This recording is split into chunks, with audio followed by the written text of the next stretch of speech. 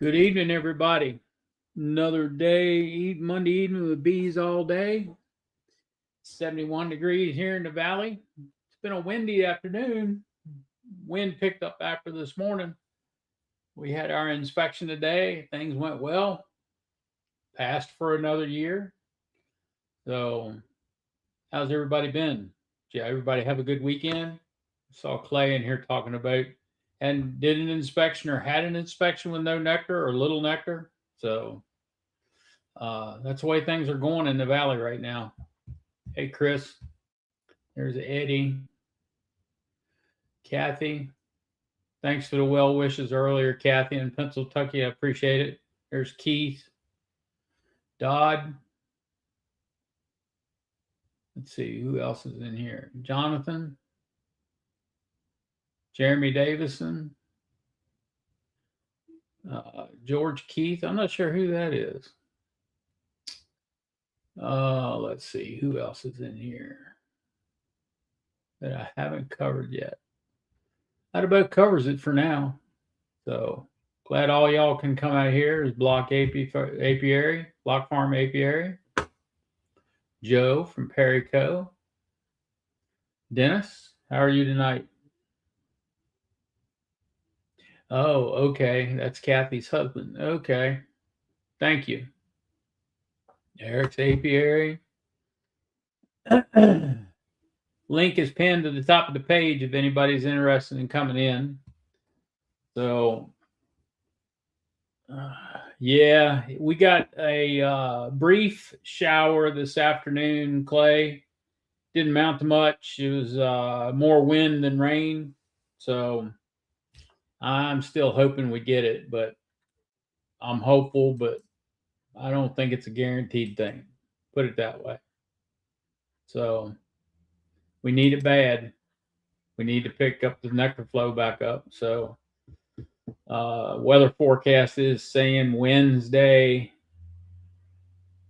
and maybe Thursday a little bit, about a 80% chance on Thursday and a 90% chance on Wednesday. So I don't think they're calling for a whole lot of rain the rest of the month. So we'll see. We need it. We need it bad. It's getting really, really dry. Hey, Judith, how are you? Is Barry feeling any better? I know you got a camera. You were on a Zoom call earlier. Yeah.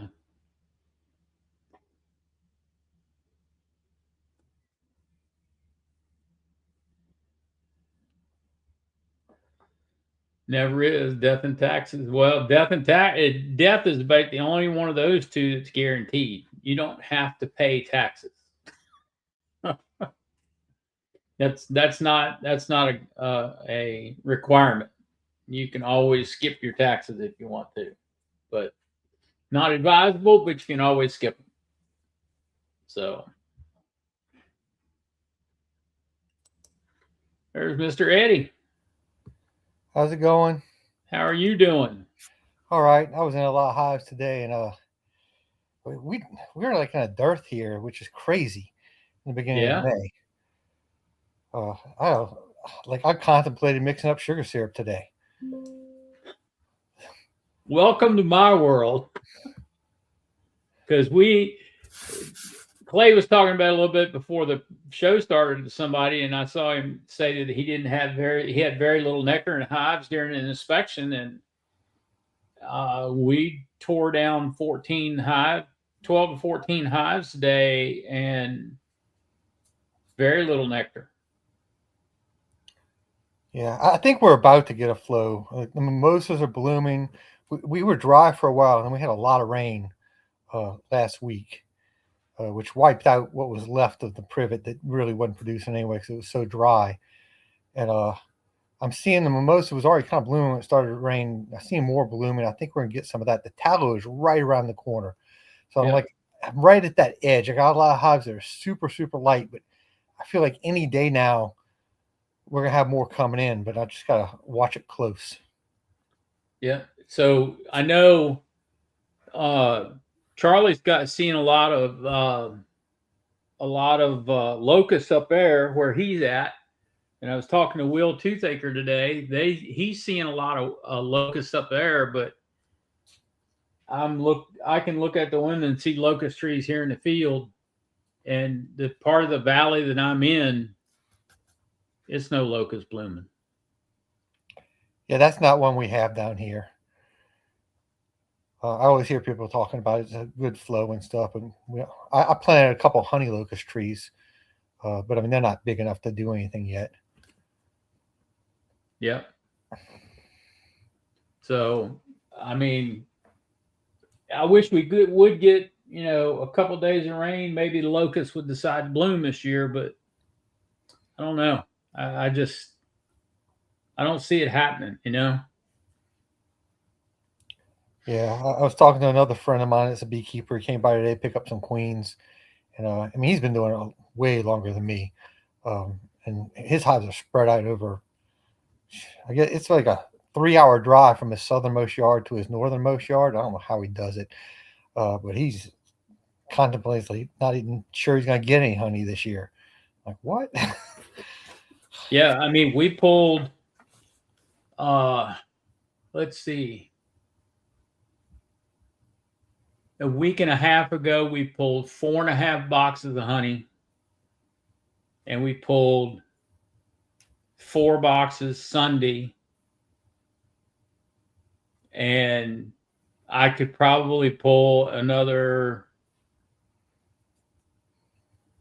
5 or 6 out of the remaining hives, and that'd be it for the summer.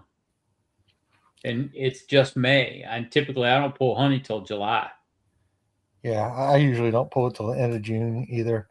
But I did. I got people just constantly calling me asking for honey. I've been out for a while, so I went around to try to get some last week. I thought maybe the heavier hives could give me something, just pulling a frame here and a frame there. And Yep.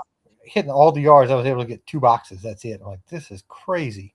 I thought for sure I'd get, I don't know, 7 or 8 boxes worth just pulling frame here and there. But Yeah. I no, mean, that's all we started out to do was pull frames here and there, pull what was capped. I had whole supers capped, oh, and we pulled it and put it in the freezer because I'm not ready to extract it yet. But well, I don't know. This year is really, really, really been a mess so far. yeah. It feels like it's been a mess in a lot of different ways, too.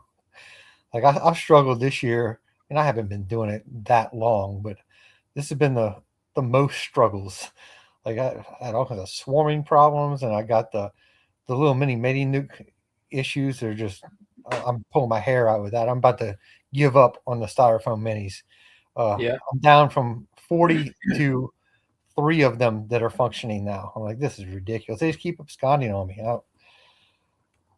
I can't figure it out, and I think I'm fed up with it. I'm going to go back to the 3 ways. I mean, I got a bunch of the 3 ways running too, but I Yeah. think I'm just going to make a bunch more of those and forget these little styrofoam minis.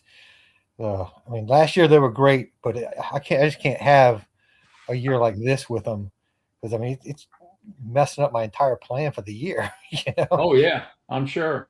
So hey Clay, if you want some honey, I got honey. I'll sell you. It's still in the box. So let me know what you want to do. You got to extract it.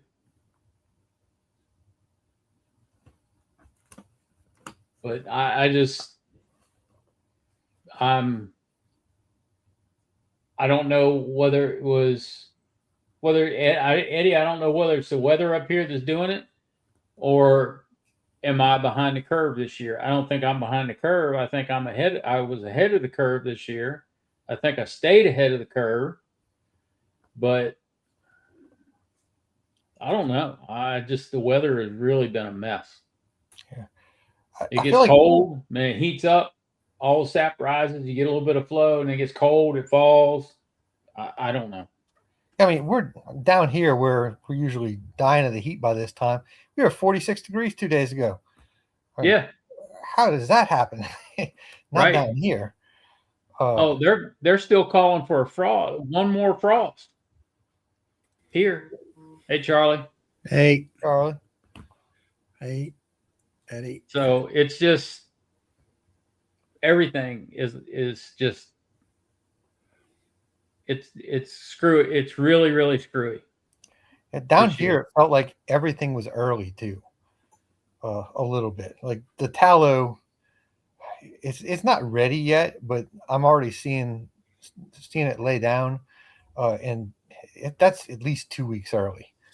Yeah. Um, but it's not there yet. Not now. I need it to be early because nothing else happened. So I'm Yep. hoping the mimosa does produce. Last year it produced pretty well, um, and I see it opening up all over. But I got bees bearding in the middle of the day, and that's not supposed to happen right now. Yeah. Well, Brian from Flower Street. No maybe for them. Definitely snow tomorrow. So and now he's in the mountains of Colorado, but still, you know, Let's see. Hi to Eric and Keith and Joe and who else we got here? Kathy and everybody else in the chat. And yes, we're early too. I got locusts full bloom and we're like 2 weeks ahead of time. yeah. And I don't And know whether I guess popper will be coming in behind that. Usually it's coincided together the last several years. But now I'm wondering whether the popper will be a couple weeks later. yeah, so like you and I were talking earlier today, Charlie, about locusts here. Just doing nothing. They're nothing. It's not doing anything. As far as bringing any nectar in, No, very little coming in. yeah, like today. Now today was about 70 degrees. The bees were really flying hard. Um, I've had one hive out there that had one full super. I should have had an empty on there a week ago. The Yep. rest of them are like, well, I got 2 or 3 frames of only about a third of on a frame has got anything in it. Yeah. So I don't know. I don't. It's like I told you today, and it's like I sat down and thought about it, and thought about like with Ian and all them guys that even the big guys, they lose 20% of their hives or whatever. They got problems, and I got my small amount. I'm trying to get all 18 to run at the same time, at the same speed, at as hard as they can go. And I can't get that accomplished yet. So it's like, you know what? You just have to, the bees were going to do what they're going to do, and you're going to get what you're going to get and be happy with it. Yep. And try to fix any problems that they do have along the way. And stuff like that. Like I just this afternoon, my hired help, he must have had a doctor's appointment. I didn't know nothing about it. But anyway, I got a chance to go out there and I set up a 5x5 2 medium box cell builder today. Pulled out frames from out of those Demarys that I did in the last 2 days and shook bees, and then went back and any bees that were on like inner covers, shook all them bees in that thing, keep populating it with even more bees. And along with some few frames. The only thing that is really, maybe you can answer this, Bill. I got a little bit of Pro Sweet from Man Lake left over, maybe 20 gallons. I had 5 gallons of it in a bucket with a dispenser on the bottom of it. It's solid. It's white. Yeah, it's cold.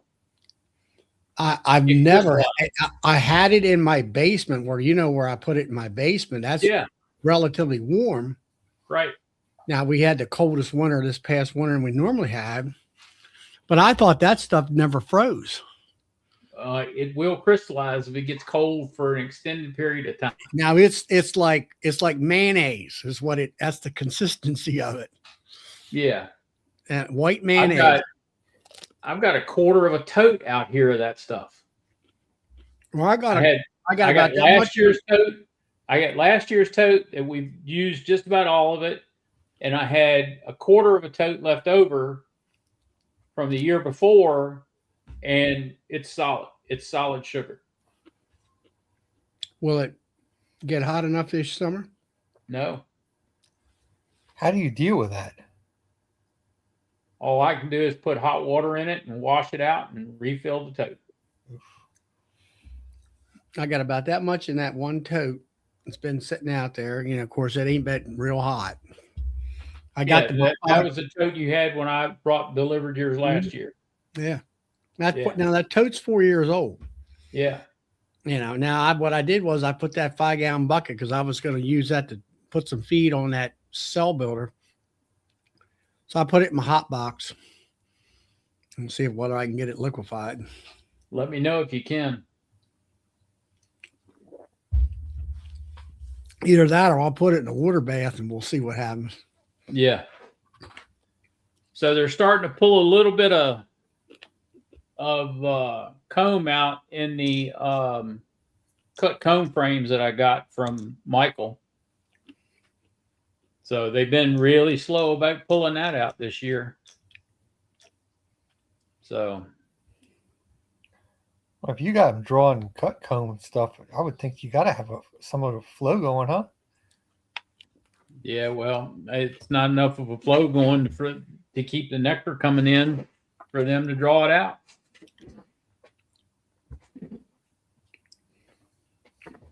So, and I think some of the honey that we pulled off is from last year that was overwintered in the hive. Yeah, I'm not seeing like I probably went through about 40 hives today, and I am not seeing new wax all over. Like right now, you don't usually do fresh wax all over everything. You know, it's just not happening. Yeah. Misbehaving, if that's a drone layer, I don't think that queen cell. I think I've had that experience. That queen That's ain't not going to do anything. It's gonna do anything. Yep. It's probably a laying worker too. Hey, Ryan. Hey, Ryan. So There's something I've been seeing, and my buddy Keith just thinks it's because I pay closer attention to eggs. Like most of the time you go through, you see eggs, you're done, right? I tend to really look at the patterns and stuff more now because I'm doing all the queen stuff. And I've been seeing more and more hives to where I see little areas where there's 2 and 3 eggs in a cell. And I've always been told that new queens will sometimes do that, but I have it happen a lot with last year's queens. And I went to my buddy Kent's house, and we were making up a bunch of nukes. Somebody had to pick up this coming week, and I was helping him go through stuff. I'm like, look, I feel like 5 or 6 of his hives, same deal. It seems like it's always towards the edge of the pattern. So I feel like maybe when they're going across and she hits the edge and she turns around, sometimes she kind of hits the same row again. But I'm seeing that a lot more, and I think it's always there. I just never paid close enough attention to it. Do y'all ever see that? what, repeating in a row? Yeah, where you get little patches of 2 and 3 eggs from not a new queen, like a year-old queen or queen that's been laying for a while. Yeah. Yep. I've not seen that part. Yeah, she'll work an area. She'll just keep going up and down the same row trying to work the area.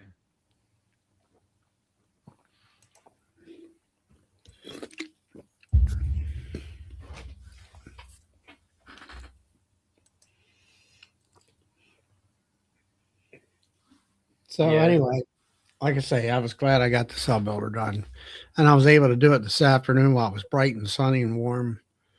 The right time of day to do it. Yeah.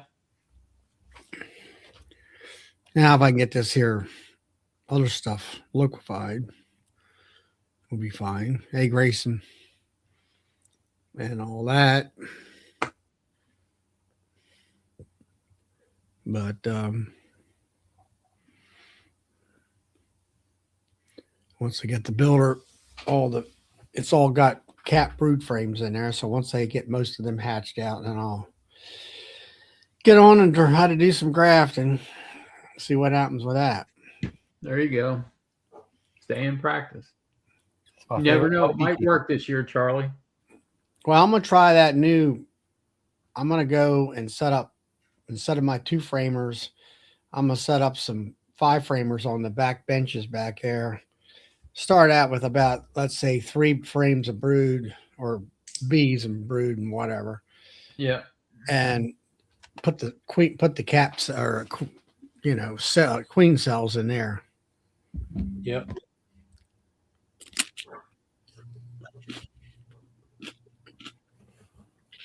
See how that does, and then I was thinking about it tonight. Time I get that done, time I get her mated and up and running for 3 weeks, it'd be close to June. And hey, Brad. Hey, Hey, Brad. Hey, Brad. and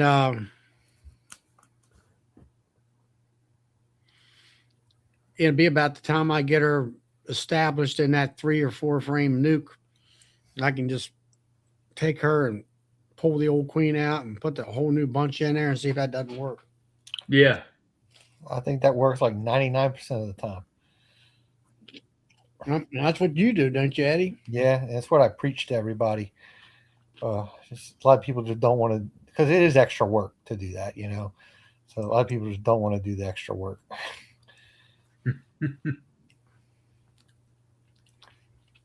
Yeah, I like doing that, and so I mean, I'm about probably this week. I'm going to pull out a bunch more 3-ways. I'm scrapping the styrofoam minis, I think, and try to get those going. And I'll get them going just for me, and just 3-frame nukes, and then that is what I will drop in after the flow into stuff for either splits or requeening. Yeah.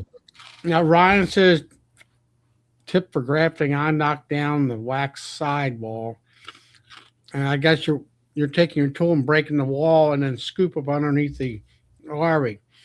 If that's what you're talking about, that's exactly what they do down there in Georgia. Yep. When I see them grafting, 40, 50 bars. Of course, they got their own. They take a hard copper rod, and then they peen it out, kind of make it like a. It's not really a spoon. It's more like a little bit of a hook. It's kind of made for the person, I guess you would say. And anyway, they break that thing down and then scoop that thing up and drop that larvae in there. They'll go. It looks like the wax moth or whatever's going across there with that tool, because it's breaking all them walls down. Yeah. And then they get done grafting like that, and they put that frame back into that timing box, and they'll repair all that stuff. Yep. I've tried to graft with like the German style stuff, kind of like that is, and I'm just not steady enough for it. Yeah. Ryan's got 45 out of 45 takes. That's mighty good. That's Good. really good. Well, what that peened out copper rod isn't really a Chinese tool. It's kind of a hybrid Chinese German tool. Yeah, It's the almost German like was like a this. I'd spoon. say it's more like a German tool. Yeah. I It's mean, almost like a spoon on the end of it. I've looked at it, and I mean, it's so tiny, Yeah. and it's kind of like got a little bit of a hook to it, Yep. and it's got some of them got a little bit of like a point. But I can tell you one, I said, it's like, let me try that. I'm like, that's my tool. Nobody touches it. Yep. And they're all like that down there. Every one of them's got their own tool, and that is it, buddy. You Yep. don't touch them things. We got them just so. But when you're doing a couple hundred bars every day, 7 days a week for the next 3 or 4 months, you get good at it real quick. You get fast. You do. I tried the Pierce Master Grafter for a little while, and at first I liked it. That but, trigger thing, that trigger, yeah. you got to hold the trigger, and then when you release it, that's when the little tongue pops out. Well, the tongue pops out when you push the trigger down. When you release it, the tongue comes back in. And I do like the fact that you can graft with it, and you can see in the cell that you're grafting it, because it's off to the side. That part I liked about it. But man, I think that if you don't have the world's steadiest hands, the Chinese grafting tool just it works. Yeah, I mean, with the Chinese grafting tool, some people are trying to, like we were down in Bill's uh, grafting class last year. I had a couple guys, and I could see there they were trying to see what's going on in the hole, and all, and it's like now you just slide that tongue down the sidewall and let it go across the base and hit and bump the other wall, and then just pick it up, and you either got it or you don't have it. Right. It's sort of a blind. You just have to kind of get used to doing that blindly. I mean, I look in and see which way that larvae's, coming, because I'm coming in from the backside of the comma or the C or whatever you want to call it. And Yeah, that's kind of what you do with the German tool, but the German tool, you're coming in. well, actually, You want to come in on the open side of the C, so it kind of drapes over the tool a little bit. well, aren't you actually just picking up just the larvae? Yeah, because with German tool, you're doing what's called wet grafting. So you take your On the cups cells. before you ever do anything, and you put a little bit of royal jelly in them, and then you go get your larva and you drop it in your Well, cup that yeah, you're grafting to. Ryan, I don't know. Some of mine are kind of brown looking, and then some of them are kind of opaque and all.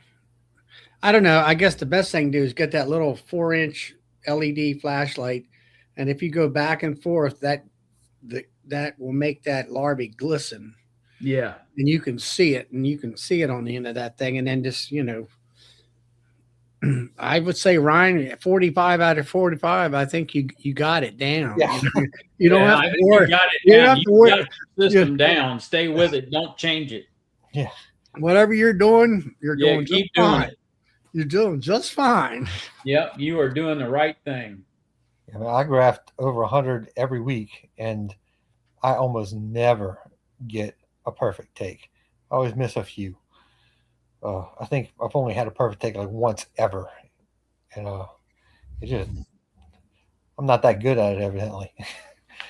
And I've gotten where I used to always look, I was told when I learned how to do this, look for the ones that got a pool of royal jelly. Well, I don't do that anymore because I feel like if they got pool of royal jelly, they're usually too old. So I want the ones that just look like it's where you almost can't even see the larva, just like the little clear stuff on the bottom of the cell. Well, that's what I tell people is that Kenton Williams, my Kentucky Kenton Williams, he tried to do the mathematical where you went from the y and the z axis and all that stuff, and calculate it out and all that, and I'm like, it didn't work at all. It's because when I went back 3 days later, it was too old to be. I mean, they were great big fat larvae, 2 or 3 days too old, and so I finally learned it my own way, and that is just like you said, look into the cell. Do you see jelly? Yes. Can you see anything? No. That's the one you want to graft. Yep. Or if you do see something, is it about the size of a speck of dust? That's about all you can see. Is it just like a little speck? Yeah. And that is okay too. Yeah. But if you can sit there and make it out on a curve and you can actually see the ribs on that thing, it's too old. Yeah, if you take that real bright LED light and you do this over the frame, and you'll see down in the bottom of that cell, it looks like a little pearl necklace. It's got 3, maybe 4 little segments to it. That's the larva that you want.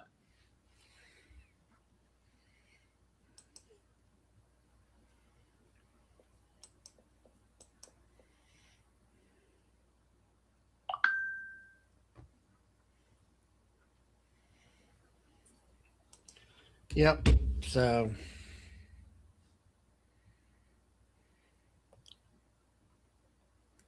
that's exactly right. Peabody's apiary. The larva is smaller than the egg. Yep. That's the one you want. Yep. Yep. If it's as big as the egg, that means it's grown some. Yeah, got to remember something. The egg is more like a, a shell, an outer elongated shell. And Yeah. if you look at that time lapse photography on YouTube, it shows that thing hatching. That shell kind of breaks open, and there's your little teeny larvae on the inside. Hey, Rebel. But um,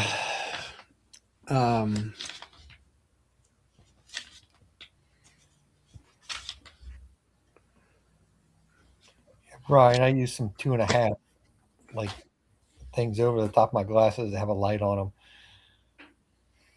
I got reader glasses. I don't whatever they are, 2X or whatever. And then I have my helmet with my magnification unit over in front of my glasses, which is a 1 point. That's another thing you have to figure that out yourself. 1.5 that gives you that depth or perception field. I see some people they got the darn thing right up next to their face, and I'm like, no, you got the wrong gauge. You got to get it down here where it's normal, and you're, I don't know, a foot, 16 inches away. You can kind of, well, I guess around 12 to 16 inches away with your head, and you can see it. And then you have to kind of get used to looking through them and know where you're at and looking down where your cups are at and that kind of stuff. Yeah, I have a buddy that bought these rose glasses, and I got to use them once. Man, it was so nice. It was crystal clear. It was the What focal are point was far away. They're made by Rose. They're really expensive. They run between $400 and $600. is that the ones that the doctors use? Those It's type? possible. It's got the He it's got got them a because it's what the guys at the B Lab were using. And it's like, what are those? And he ordered some, and they're really nice. I borrowed them once. Like, man, these are super nice. In fact, I need to call him and see if I can borrow them again because he's not really grafting anymore. I just give him queens. But that was really nice because usually when you get higher magnification, you got to get too close to the frame. Like the ones I use, I'm closer than I'd really like to be to the frame. Uh, the really nice ones, the focal point is farther away, and it's so clear. yeah. You know, I there was some people that how you go to like a dentist or a doctor and he has like those little things that are stuck on his glasses, That's what and these look like, except they have a frame that will go over your glasses, but they kind of stick out, uh, and then they got a light in the middle, and it's so clear. yeah, I don't know. I got the one with the helmet, it's got the light in the center. That light in the center is like holding a match. That's about all good it is. Yeah, That's what I use, but and it's not a very bright light, but it's now that's perfect where for me. I go to the drugstore, get yourself a couple of them three them little LEDs that's got three AAA batteries in there, and you click it and you can sit there and make that thing glisten and shine that real bright white light down in there and really see them good. I like to graft in the dark, so in Well, my I'll bring them into the kitchen here and keep the lights off in the kitchen, and it's like you got the light coming through the windows, but it's kind of dim in there, kind of darkish. Like you say, it's sort of dark. yeah, I put a piece of foam board in my one window in the honey house, so it's pitch black, Oh, and black? No, I'm yeah, not that quite and that. then so it's probably the same glasses you have. It's a little bitty LED, but when it's pitch black, it's perfect. Your Oh, eyes only look right where that light's shining, and it helps me a lot. I have a harder time trying to graft. It's like every once in a while I'm grafting in another yard out in the field, and I'll do it in my truck, and it's harder for me to do because I can't get it as dark. I'll put a sheet over the top of the truck, but it still doesn't get quite dark enough for me.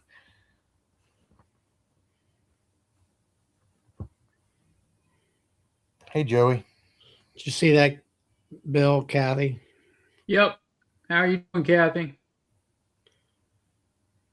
So is that Kathy and Keith, I presume? That's the way it looks.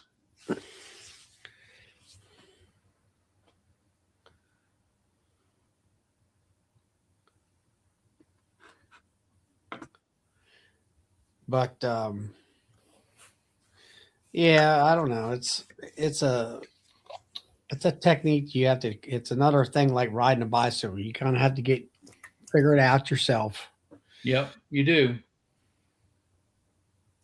I mean, I don't like a lot of folks will try. Well, they're grafting out in their pickup truck or something, and Yep. I don't do that. I got to take it in the house where I got my easel. I got everything set up when I'm getting ready to graft. I bring the frame in. I got my easel set up and all that kind of stuff. And The first few weeks I graft in my pickup truck because I'm not grafting in my main yard. They're out yards. And I bring a dark sheet with me and I put it over the top of the truck on the outside. And it helps, but it's not as good as being nice and comfortable in my honey house.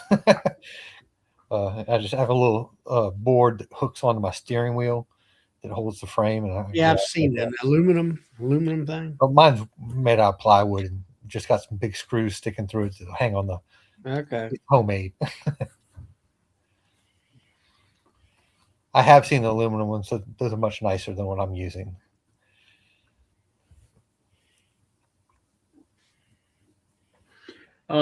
Just so everybody knows, I just got an email from Acorn. They had a price increase on everything. So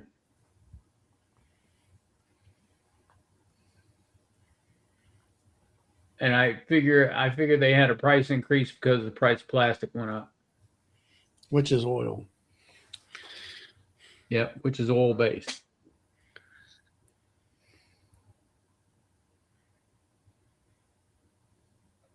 Sorry you had to cull a batch of quail there, Brian. Thanks for stopping in. So what do you do with the bad eggs? Scramble them? I'm assuming he culled a bad batch of quail. So I don't know if he culled birds or eggs. Way it sounds, he culled birds. Oh.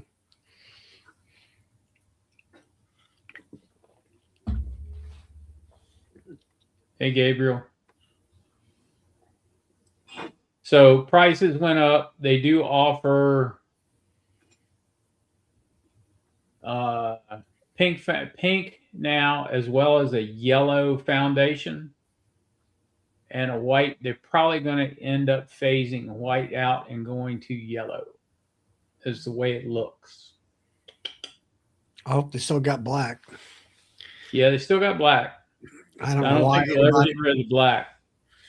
I don't know why anybody would want yellow to begin with. That was the first thing it's like I watched this guy, he's gonna tell you how to do a demery.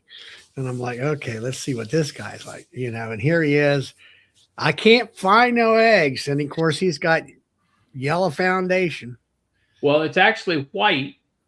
Even the acorn white, when you put wax on it, it turns yellow. Mm. Well, anyway, he had yellow from wherever he got these highs from. Hey, Todd. Hey, Todd. And,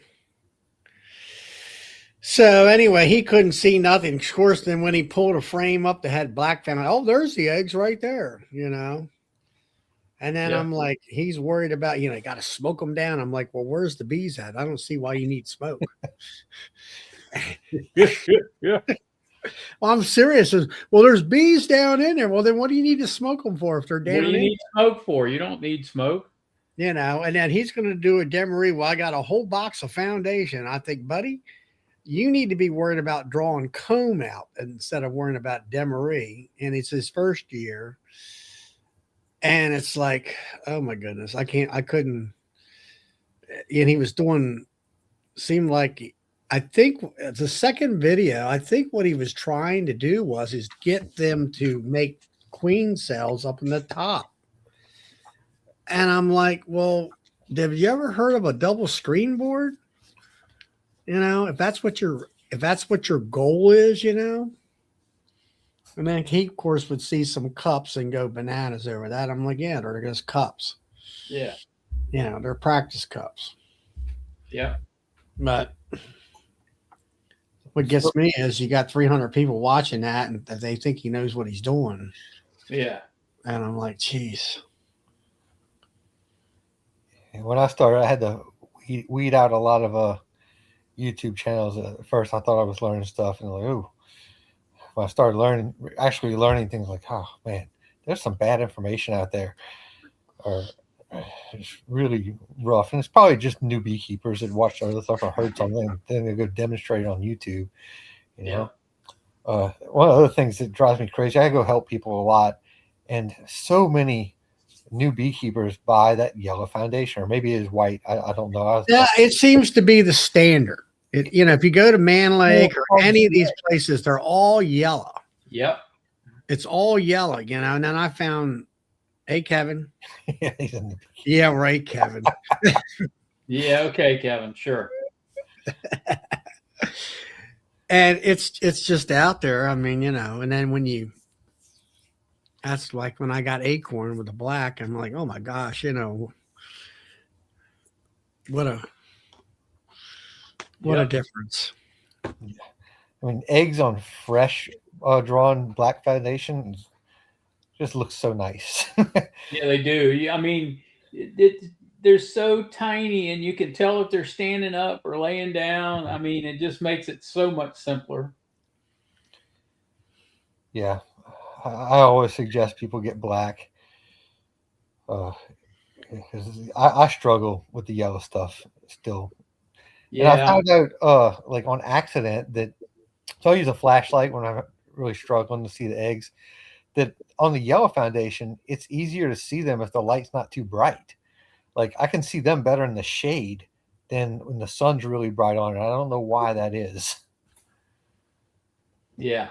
It different types of light, different foundation. Everything shows up a little differently sometimes. Yeah, but really, what makes you really feel old is I had that young guy that I taught here several years ago, and I'm showing him how to graft. He starts. I said, "Here's my magnification." He said, "I don't need that." Well, I said, "What do you mean you don't need that?" He don't even wear glasses. Yeah, and he's going in. Oh, I can see everything. I'm like, Yeah. really? I says, you can really see everything. Yeah. Yeah. And guess what? He got 100% take too. Yeah. Yeah, I had a guy come watch me graft a few weeks ago, and I'm like, I got a pair of glasses right there. You want to put them on? Like I have some 3 power and 4 power if you want to look. And I can see him. Like, you can see the larva I'm putting these. Oh yeah. I took my glasses off. Like, I can't see nothing without the glasses. I started beekeeping when I was too old to have been able to do that. Wow.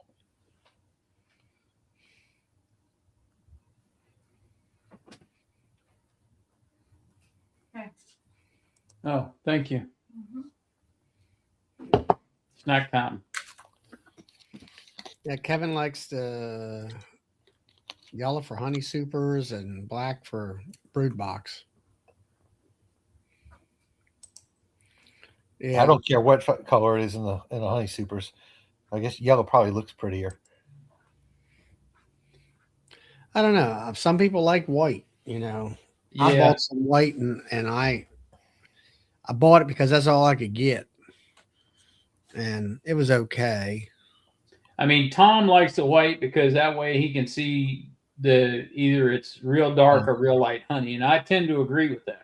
Yeah, that makes sense. You can tell like how dark the honey is. If it's a black background, you probably can't tell near as well as if it's light.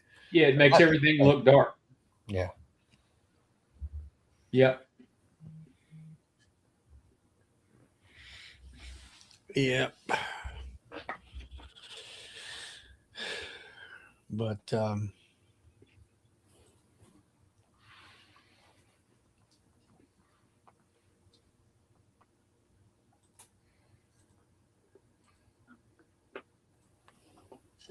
anyway,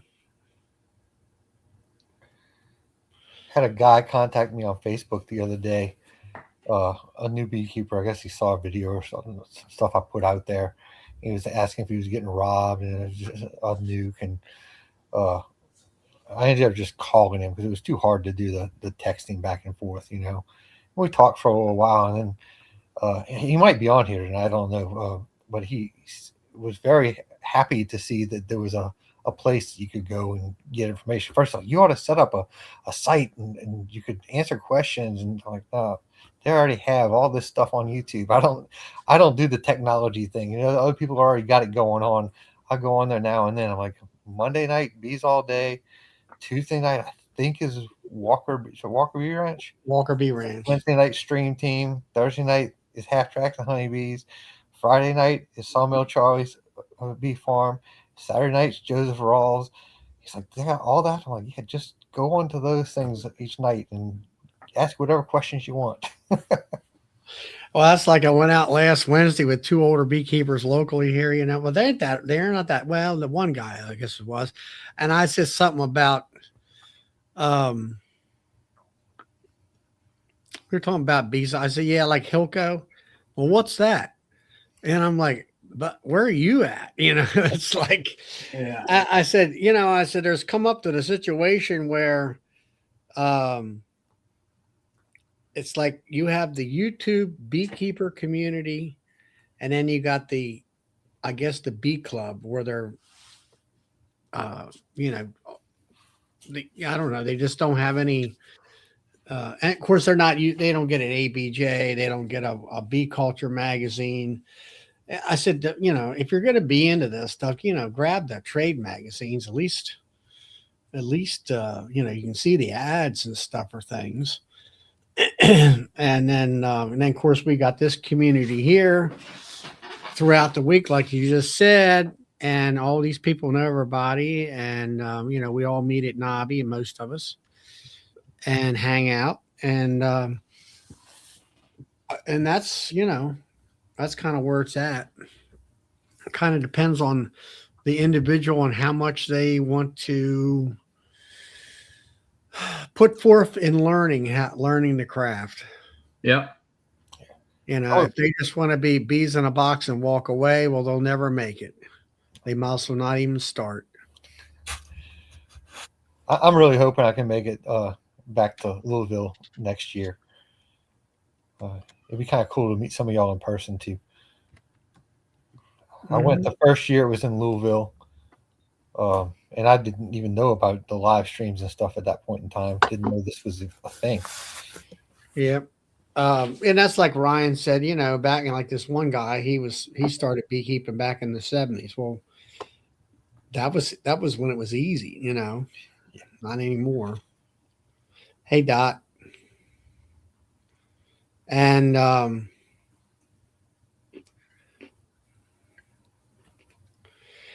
then Brian wants to know where everybody's staying for Nobby. Starting today, reservations at what's that main hotel out there? Crown Plaza. Crown Plaza. And then next Friday, is it? I think the 15th. Yep, next Friday, the tickets going for sale. Wow, already, huh? Yeah, May the 15th. That's early. $195 a person. But now we're going to have 3 full days, all day Thursday, Friday, and Saturday.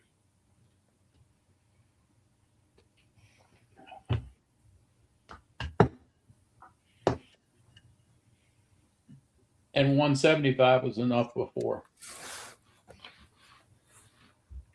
Yeah, well, it is what it is, I guess. Yeah. We got to pay for the easy lifter. Got to pay for the what? The what's it called? The Hummer-Bee. I'm not going to go there. I'm not going there. Not tonight. Did Cayman get a Hummer-Bee or something? Yeah. He got that, I don't know, 6 months ago. Okay. Yeah, but they're like Kathy just said, No vending in the hall till noon still. It's going to be just like it was in the past. It's going to take it till everybody till noon to get in there. No vending until noon. Well, then what's the sense of starting up at 7:30 in the morning then? There you go. If the vendor halls are not open, There you go. I'm just saying. Now, Is the that- year I went, the line was crazy. We got into, but I was shocked at how fast it moved. I mean, we were inside pretty quick once they opened the doors.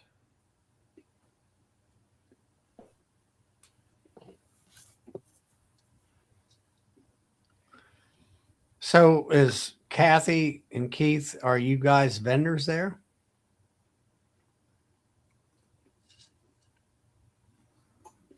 Now imagine when you buy your tickets, they tell you that. I don't know. I checked out what the prices were, but there wasn't any scheduling or anything like that. Clay says that the talks are starting early. So you're going to have classes an extra couple hours, 3 or 4 hours extra instead of the vendor hall. Yeah. Well, you never had vendor hall first thing on Thursday morning anyway. Not since they've been there. It Well, never started they before never noon. opened up till 12:30. Yeah. It never started before noon. Yeah, I mean the vendor hall was open when you got in at 12:30.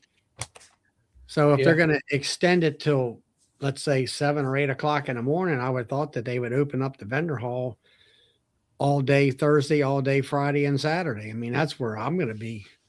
Yeah, You but know, see, in years past, the vendor hall opened at noon. Right. On What I'm Thursday. getting at is if he states that they're going to open up all day Thursday, then why isn't the vendor hall open up? That's exactly right. That's my point.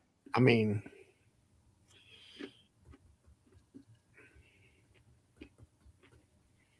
And I bet you the price of a booth went up this year.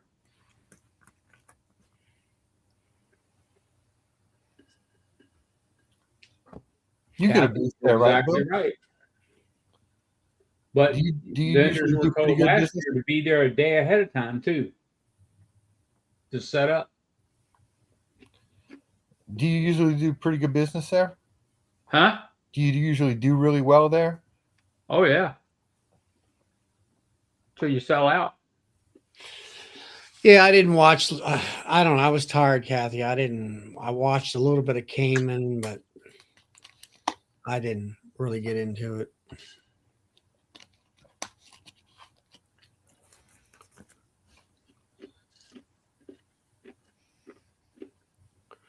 I'll be staying at the Hilton like I always normally do.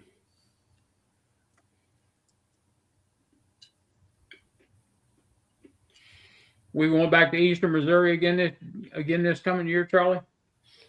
I don't know. I had a lot of fun there. The social aspect of that was really a lot of fun.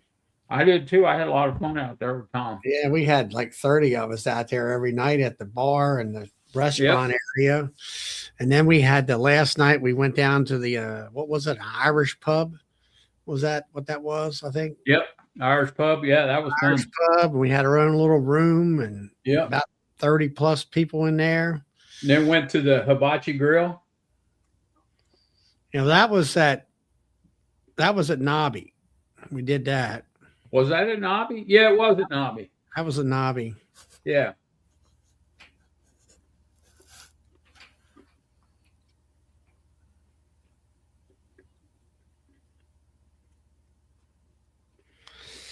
Flower Street, yeah, come again. I'm like, okay, well, I enjoyed that a lot. It was what I really liked about it. You know, big is fine, but what was great about EMBA was it was in one building in the hotel. Yep. I walked out of my, once I got that nice floor room, I just walked out of my hotel and there was a group of us hanging out in the lobby. Yep. Where we just kind of sit around. Then we had a whole pile of us hanging out in the restaurant bar. Yep. And then you walked right into the conference area, I guess you call it, where the vendors were in the classrooms. Yep. And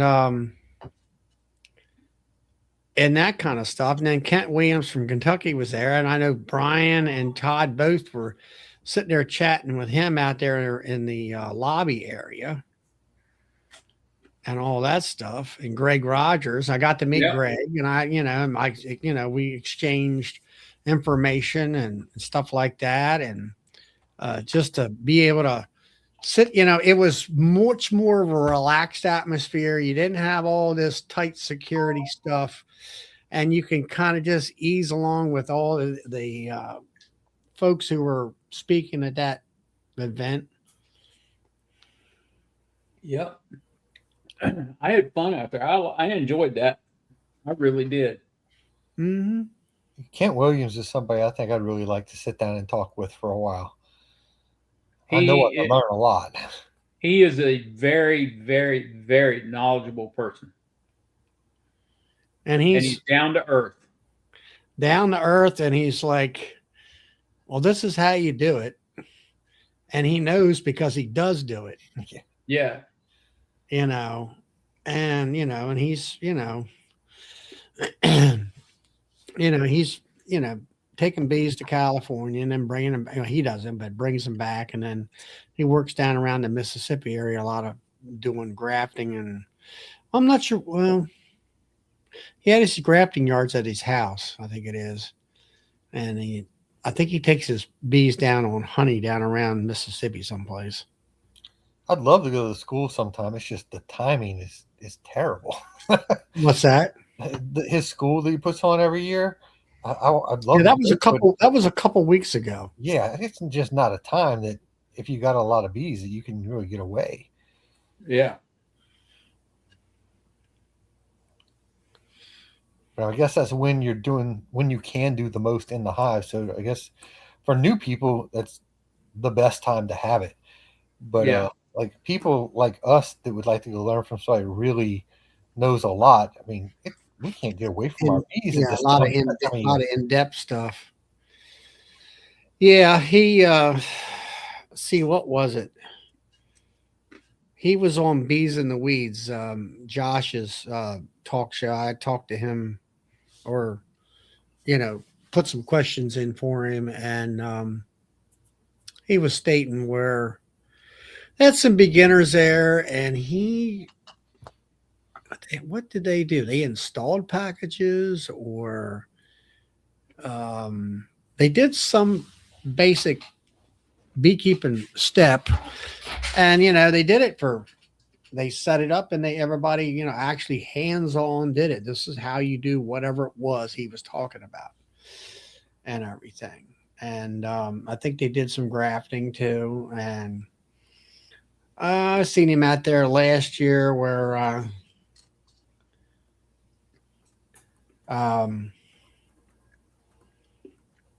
they went out there and selected some hives, and he was talking about for you, Eddie, where he made sure his virgins were 7 days old. They were hard and ready to fly, and he would take them out there and let them go into the hive. And he said, I've had them come back mated, ready to roll that afternoon. Now, was he direct releasing them or using candy? I think he was direct releasing them. Okay. So it's kind of strange. My Kent Williams here, or the Kent Williams we have in Louisiana that I work with all the time, we got some stuff from the bee lab that was a little bit older this last time we got stuff, and we were trying to figure out what to do with these. We just had way too many queens to deal with. And so we were holding on to them a little longer than we usually would. And he started doing a lot of experiments with older stuff. And he said that the queens that he was putting in after a week, his acceptance rate was way higher, which was crazy. So now he's on this kick where he's trying to wait longer before he puts them in. He's going to see if that was a fluke or if it's something we need to start doing more and let them sit in a cage in a bank for a full week before we try to put them into a hive. I've tried that last year and all. And that's what Kent said was let them mature in a bank. That's what I did. I had them in I had them in them easy peasy cages, Mhm. and they would hatch out. And sometimes I just ran out of time to do anything at the right time, and um, and I would let them be 7 days old. That was some of the things I experimented with last year, and I'm not. I'm going to try to do that this year, but what I want to do is I want to take some sugar water and some either vanilla or peppermint oil in there and spray everybody along with that virgin, and see if she doesn't go out. And another thing, like you said, put them in a small hive, small nuke, 3-frame nuke, 4-frame nuke, something like that, and that might make a huge difference too. I think that's the biggest difference maker right there. You But know, I like the idea of the waiting a week thing. I'm going to play around with it a little bit too. Uh, if it just it also frees up your mating nukes for an extra week. It's not taking you as long. You're not occupying that mating nuke as long if you're cutting a week off of it where it's staying in a bank. So theoretically, you might be able to get another round if you're doing a bunch of queens like that, or just get it made quicker to move it into something else. So well, like Ken out there in Kentucky, he talked about taking, what was it, 2-day old cell, and him and Bob Benny did that, and where they would put him in, you had to put him in a good strong nuke, and they would finish that cell out, and it would hatch and all that. And I think that was what he was trying to do, was speed up and make more queen cells, be able to graft more. yeah, I think his first couple rounds he talks about doing that, and it's just so to get everything going a little bit quicker. So he can graft again in 2 more days into everything. Um, yeah, I haven't done the 2 day old queen cell thing. I've had people, I don't know who told me this, might have been Kent Williams, that you can fix a laying worker like that with a 2 day old queen cell. I still haven't tried that yet. Yeah, I don't know about that part of it. Yeah, I don't know if it really works or not. It makes a little bit of sense to say they'll finish it off and then they kind of feel like it's theirs. I don't see why they wouldn't just tear it down. So I've tried to put brood in, even eggs, and they'll cannibalize the eggs when you put them in a laying worker. So last year I experimented with some different ways to do it, and almost none of them worked. So I ended up just spreading. I got a laying work these days. I just kind of spread the frames along amongst other big hives, and then whatever I'm putting in, I'm pulling a frame brood out of the one I'm putting that one in, and just rebuild the hive with that had the laying worker. Yeah, I don't know. If I can get in a rhythm, I like to graft once a week, and then I can keep up with that and all. Um, so if I graft on a Wednesday or a Tuesday, Then your cells emerge on Sunday. yeah, they're going to graft on Tuesday. They'll cap on Sunday. Yeah. Mr. Joey, Hey, Joey. how are you tonight? I'm here. That's about it. Still existing. Then you need to move the cells to the mating boxes on a Friday the following week. You have anything coming in over there by you, Joey? It's dry. Yeah, it's really bad. I mean, it shut down last week and it hadn't started back yet. I figured all that rain, it should be happening. I see the mimosas open, but they might have already been open when we got the rain. It might have washed them all out. It's not good. I got hives. I'm on the fence of do I need to feed them or not. It's just nuts right now to even be thinking about that. You shouldn't have to feed them. Didn't you? You had a nectar flow coming in until a week ago. I got 18 frames of honey I'm gonna be spinning out in the morning. No tallow hadn't started going yet. Not for me. It hadn't started for me. I I have some right down the street from me that are laying over, but they're not open yet. Most of them are still sticking up. Yeah. I'm still selling nukes. I've never sold nukes this late in the year. I'm usually done by last week of April. Yeah, I had a lady call me today for a nuke. I'm still getting calls for them. I'm not selling any this year, and I'm still getting calls for them, referring them to somebody else. That's what I'm doing. Yeah, I did a Monday seems to be a better job. If I graft on a Monday, then they cap on Saturday, and I got Saturday afternoon to deal with it, and then I can put them in a mating box on the following Thursday. So that works better for me. Yeah, Tuesday's my draft. I got this here. I mean, I don't. Do you use a computer as far as knowing when to graft, or you just got it in your head? I just got it in my head. Now I print out a schedule. I found this free. Used to be another program a guy wrote up in Pennsylvania, but they must have shut the darn thing down. Then I found this new one here, and it flows the way I normally do my. It's like everybody talks about. Well, they cap on day 9, and I'm like, well, not really. I said you graft on the one day, that's day 1, and then 6 days later they're capped. I said, and I challenge anybody to show me and tell me, is that a 3-hour-old egg standing there? Or is that 2 hours old? Or is that 10 hours old? I said, you can't tell. That's where I come up with the idea of you got the jelly. If you can't see nothing in the jelly, that's perfect. Yep.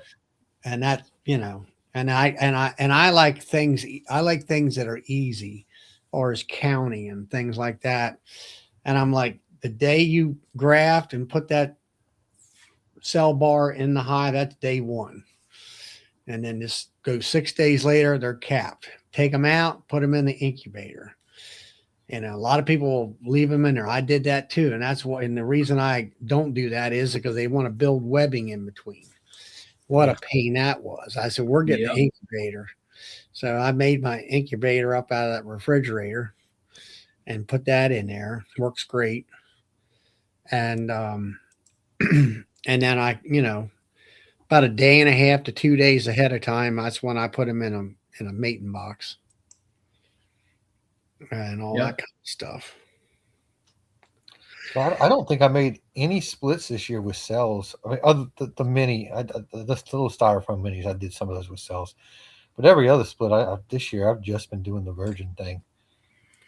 So are you just pulling 4 or 5 frames out, put it in a nuke box, and then put your virgin in there? Really 2 frames of brood, a frame of food, and 2 frames of foundation. And then you're candy releasing her, right? Yeah, I'm candy releasing her, and I'm waiting a week too. So I'm pulling that out, letting it sit up for a week, then going back and knocking cells down and putting her in there. Yeah. All right. So you made that little teeny hive hopelessly queenless. Yes. And then now they're like begging for a queen. Yeah. I mean, sometimes I rush it, and there are times I'll make a split and just do it. And sometimes it works, sometimes it doesn't. But when you do it a week ahead of time and go down and knock everything down, that works most of the time. It always works unless it don't. What, do you got a guitar over there, Joey? Looks like. Is that yours? Yeah. What kind is it? That's just I got it out of the storage that somebody left. It's one of those training guitars. I don't even know the brand. It's just cheapy. Like a student, yeah. What do you do? Storage buyers or whatever it's called? Storage wars? I got a storage facility. Ah. Oh, you cleaned it out, huh? Yeah. Somebody didn't pay their bill. Locked them out and took their stuff. Now you need to sell it. You have a picking day. People come pick through the junk. Yeah. I don't even bid the stuff out. I just got a guy. Well, he bids it. He comes, looks at it, and said, "I can give you this for it." I said, "Give it to me." You Do the people highest abandon bidder. them often? I don't hardly ever get any. I got to get rid of. Usually pay up. I had to chase them down sometimes. I got people that pay a $10 late fee almost every month for 3 years. Jeez. Lord.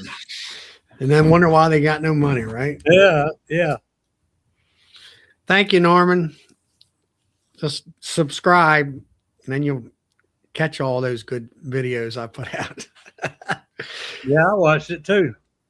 Well, I wasn't too happy. I thought I had my camera set to where it was a little bit on the higher angle to see everything, but sometimes I got a little screen up on top of my camera to see what the camera's looking at, when it's pointing down, and it just wasn't quite right. The ending was terrible because I have a hard time remembering to go ahead and do all my promotional things along with my typical ending. And I usually forget. And then I'm like, oh, I need to say something about, like being an affiliate with Hive Alive and Sting Stopper and as far as the holster thing, I won that at EMBA. Yeah, I remember that. And I kept watching that at Nobby, the guy that makes them things, because they're not cheap. And No, they're not. but I have to say, it's about the nicest thing I think I've had. I stick it on that one pocket there. Sometimes it gets in it seems like when I'm either working, it either gets in my way, as far as it'll catch on something occasionally. But You almost need a long strap to put on your belt and where to come down below your bee jacket. Almost well, like he makes a tool belt that has a hook for your smoker, which I'm not going to need that. I need a holster for my new smoker when I get it here in the end of the month. And I need maybe I'll take my smoker or go over there with what's his name that has that smoker that he's coming out with, and maybe get him to make me a holster. And then he has a bag, kind of like a tool pouch bag. Hey, And Joey, yeah. you watch. Charlie's going to be putting a trigger guard on that new smoker he's got, and he's going to get that leather holster, and he's going to shoot the bees and spin it like a 6-shooter back into his holster.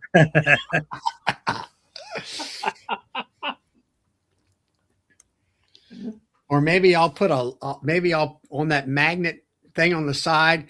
Maybe I'll put like a little, spinner axle thing like that, Yeah. But and all that. Hey, Mike. So, but anyway, yeah. That was the only thing I didn't like about my video. I try to be more, I don't know, professional about it, as far as good video so everybody can see. I've had issues that here. The last video I didn't get it up close enough for you guys to really see, in the end of that thing. Y'all all put way more effort into that stuff than I do.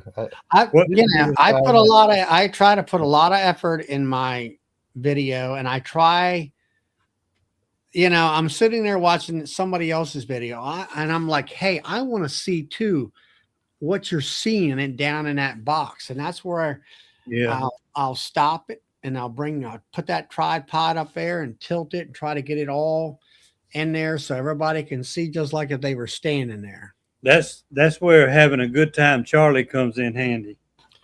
Yeah, I know. But what kind of camera you using, Charlie?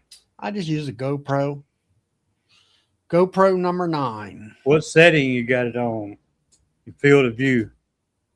I just got the regular setting. I don't have that high powered 4,000, whatever it is. And I know Brian and Got all the them. wide angle or what? No, it's just a regular lens. Just a regular lens. You know, the main thing about when you're ordering videos, if the person can't hear you, they'll turn you off. Yep. You know, they'll kind of go along with the bad video part of it, you know, as far as that stuff. But that's why I've got a Rode, I guess it's a Rode microphone number 3, where it comes with a transmitter and or a receiver and 2 transmitters. I can have 2 people. I can have myself mic'd and somebody else mic'd. Yeah. And that way everybody can hear everybody on a video. And then I have all that hooked up. I got a thing that surrounds the camera. It's a media mod where all that stuff hooks to it. And then you plug all your connections into that thing. And then I have a tripod a guy gave me. And then I went to Amazon and got the Baronet connection where you just twist lock it and it's in. It's got like a magnet in there and you just turn a quarter turn and it's locked in. And it's a real super light tripod. It's been working great. And I had another guy give me I might have been the same guy gave me another tripod. He was a professional photographer. And it's more heavier, you know. You don't have to twist lock things, you know. It's just like a flip a switch, but it's heavier. It's might be a lot sturdier in the wind, but I don't seem to have that problem. I tell you, I did a lot this year without the camera ever being around me. I just had to put it down and get the work done. Yeah, right, Todd. Yeah, I don't know. You know, that's my thing. It's there's a lot of times like today, I set up a cell builder. You know, I would have liked to have been able to film that, but I was right in the middle of the day between customers and I just didn't have time to do that. You know, I'll focus in on that cell builder when I'm grafting and stuff like that. But, and then like Kevin.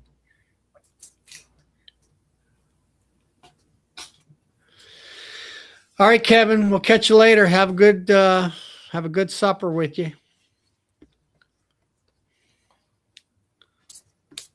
So,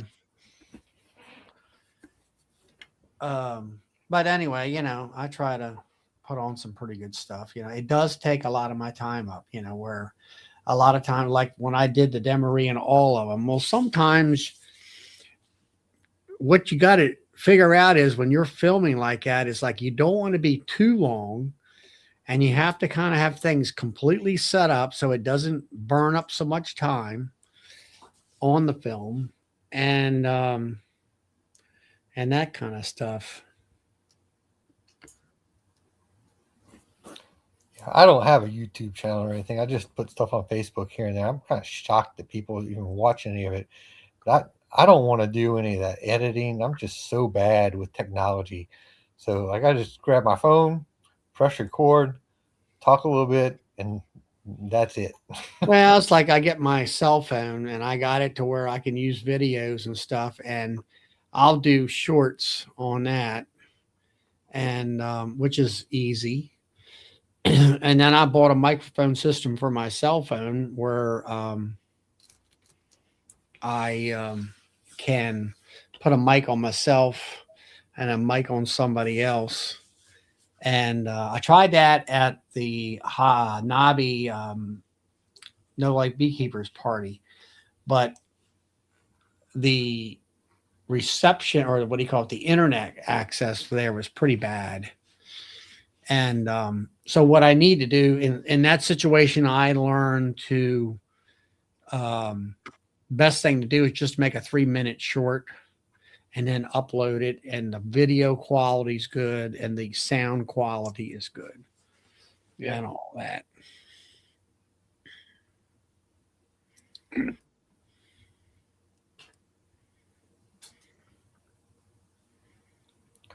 My girlfriend keeps telling me that I need to do the YouTube channel thing. I'm like, you can do the YouTube channel thing if you want. She And could be your film. She could do all your filming and all that stuff. Yeah. I'm Yeah. not doing any of that stuff. I have no patience with technology. Like I'm very patient with everything except for technology. I don't know why, but I get super frustrated really easy.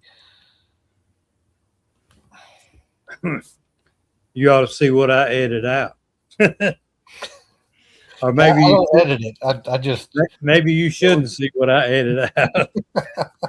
Well, you know, a lot of people talk about editing and how much it, you know, they put, you know, how many hours are they put in editing, and I'm like, I don't seem to have that too much. I have it in my mind how I want that video to go. I know I have an introduction part. I know I have the body, and then I have the outro part. And then most of the time is like I introduce what I'm going to do, and then I kind of then I'll say, you know, now it used to be like Duck River Honey. He used to have 2 or 3 cameras. He used to have a close-up camera over here and a long shot camera over here, and then try to mix those 2 different video feeds together and marry them up just so. What now? Talk about taking time up to set all those cameras up and stuff, and the gear alone, all the money there. No way. Hey, Matt. So that's where I got. It's like when I say, well, let me bring you up a little bit closer, that's where I'll wait or pause for so many seconds, and I'll say, my camera is voice activated. I'll say, GoPro, stop recording. And it stops. And then I bring the tripod up, get it all set up. And then I'll say, GoPro, start recording. And then we're in the Hive. So we get the out shot, the close-up shot. And if it's only that one Hive, put it back out again and kind of do the outro part of it. Does GoPro still break their videos down to like 3-minute segments? That's the shorts. No, it's not. What do you mean? The camera? The camera itself. No. The old GoPro I had, it would break them down. They'd be in order when you downloaded them to your computer. Yeah. But it kept them in smaller files where you wouldn't have to deal with such a big file trying to edit through it. No, I didn't have any of that problem.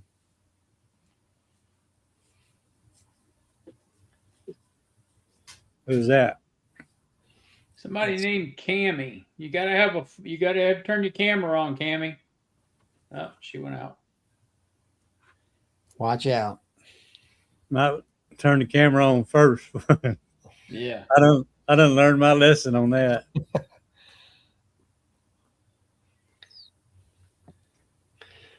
So, but anyway, that's and I have it to the point where I slice off where I tell the camera to shut off and get all that, and then put it together, and then I have my favorite transition things, which is normally the same one, the dissolve. I think that's what it is. And plug it in there, plug it in there, plug it in there, get all that in there. You might cut a little bit more off for timing from one clip to the next clip. And then you have your ending. And usually my endings are pretty smooth and I'm done. But like say this last one was an afterthought thing. Because I'm not, you know. So anyway, that's what's happening when it comes to camera work.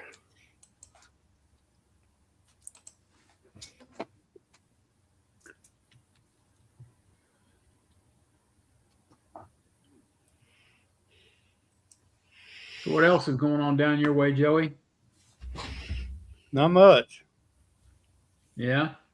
Not much since that rain as far as beekeeping. Like I said, I pulled a few frames today. Y'all know, my fans are not making too much noise, are they? I don't hear anything. No, I don't hear them at all. Okay. I pulled some today, gonna spin it out tomorrow and go through some more tomorrow and pull some more or the next day. I got several I need to clear out some of the supers. And I got some supers that doesn't have about half full. Huh. You know, it's just weird how these bees are done. You try to get them all equal and they still get uneven. Yeah, I don't think there's any even amount, making them even out this year. As far as I'm concerned, I mean, here in the valley, it's just everything is so sporadic. Yeah. So, And- Joe, and- you equalize? You equalize Huh? your colonies, Joey? Well, when I'm done, they're equalized. I don't take one out and put in another. But when I go through making my splits and pulling nukes, Okay. I leave the same thing in all of them, the same amount.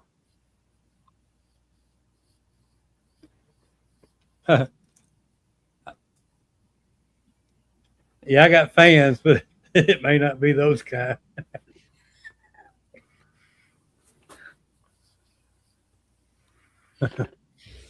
Brian, I'm right there with you. Technology and me are not friends. Well, it's like Brian says there that he's glad that we all do and make our videos, which, there's a lot of times people will comment like that. And I'm glad they do, because sometimes I wonder whether it's worth it all, or at least, or not so much worth it all, but that people get something out of it. Yeah.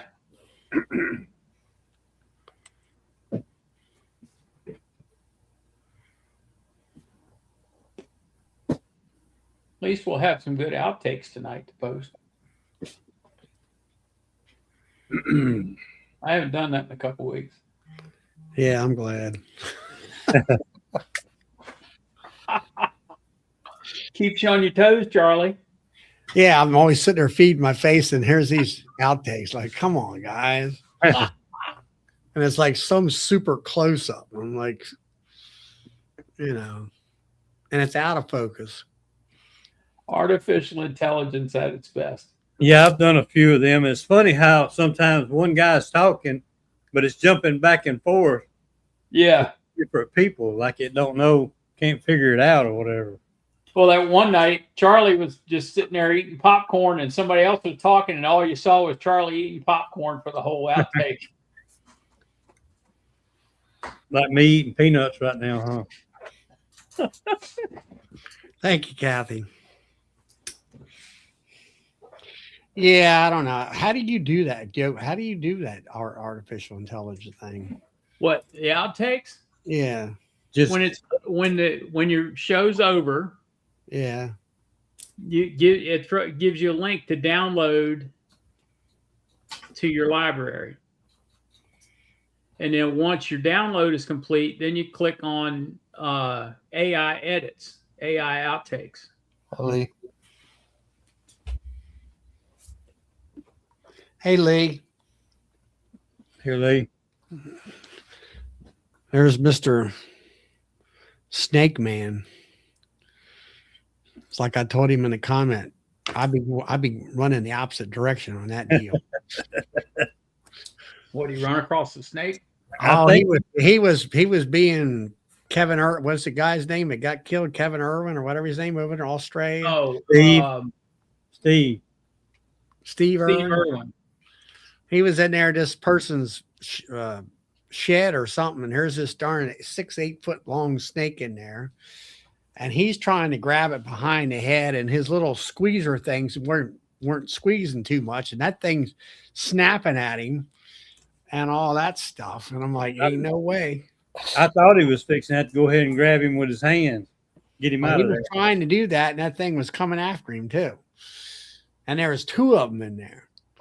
It's called rat shot and a pew pew, and it takes care of the snake. I'm guessing it probably wasn't a poisonous snake. I don't like to kill non-venomous snakes, but Well, it was a gardener or something like that. I'm not Oh, sure. garter snake, harmless.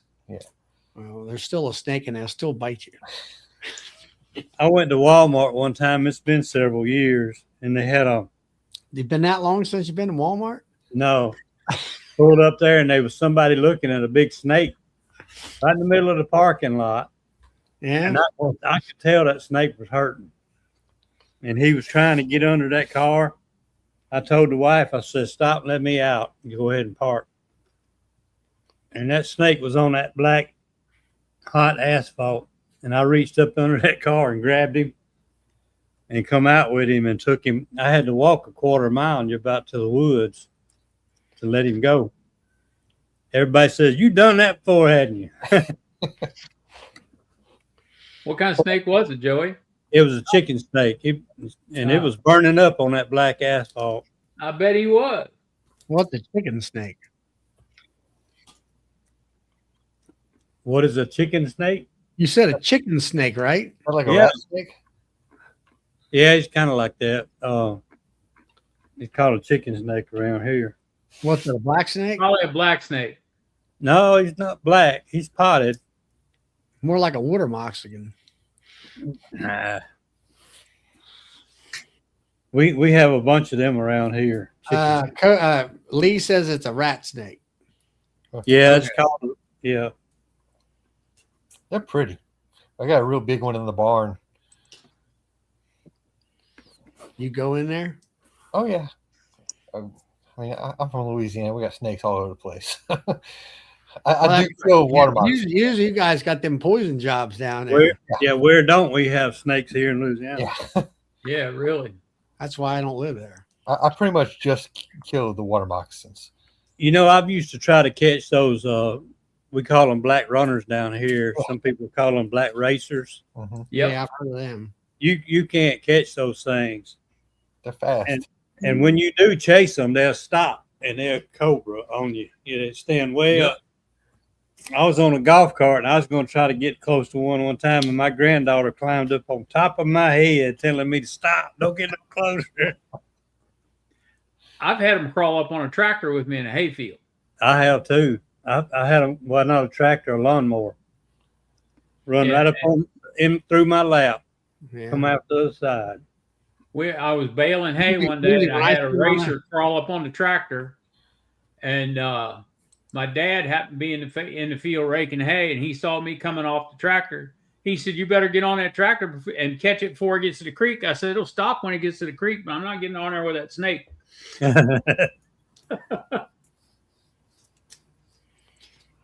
Forget My that. daddy, when I was growing up, my daddy hated snakes. He was scared to death of them. And what blew my mind was he was one of the biggest river rats I've ever seen. My daddy stayed on the river, and he'd go up in those bushes and catch, tie fish off. Yep. Catfish lines. But he was still scared of them. I got to take this call. I'll be right back. All right. All right.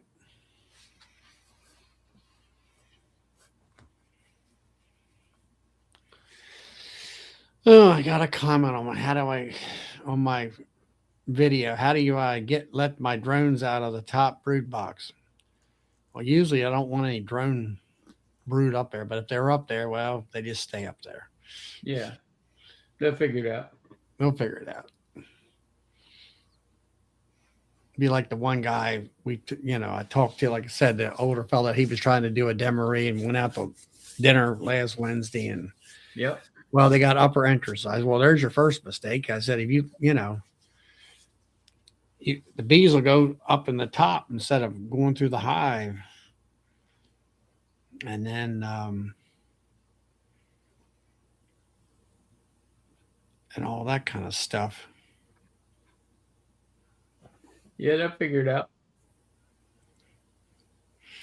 They'll try to get to the queen excluder, but it doesn't really matter. Yeah. But like I say, see, that's the main thing is like when I'm doing that demery, I'm shaking all them bees off. And I got, like I said in the video there, where I had that really beautiful slab of brood on both sides. That's the ones you're looking for. Yeah. When it comes to putting brood above the queen excluder.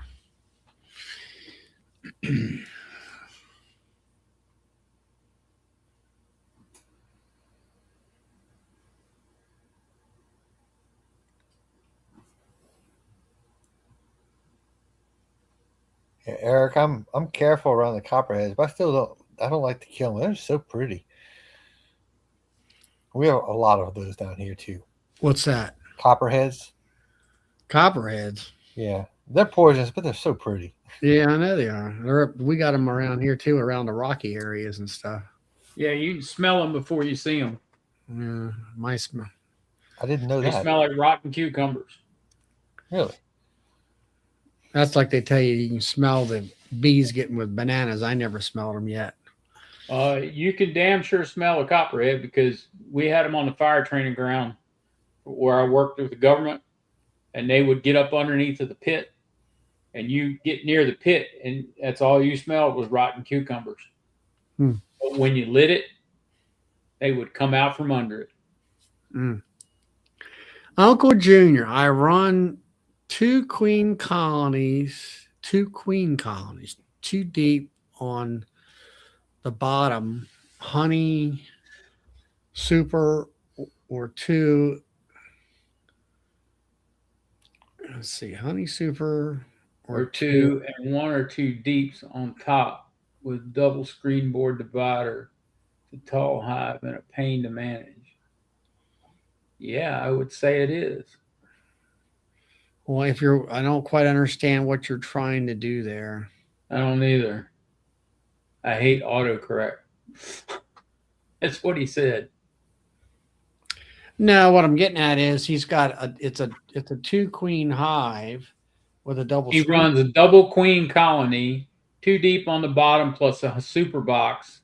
Then it puts a double screen board on, and one or two deep on top plus a honey super. Yeah, it is a pain to manage because you got to do all that lifting. Well, Well, my it's not really a 2-queen colony. It's just two different colonies on the same. yeah, site. you're stacking Yeah, two double colonies. colony, one on top of each other. Yeah, that's what I'm getting at. You know, it isn't like where you have a nuke in the wintertime where you want the heat to come up through and keep that nuke warm enough to get through the wintertime and make a queen. Cammy's back. Or Hey, Tom. Hey guys, how are you?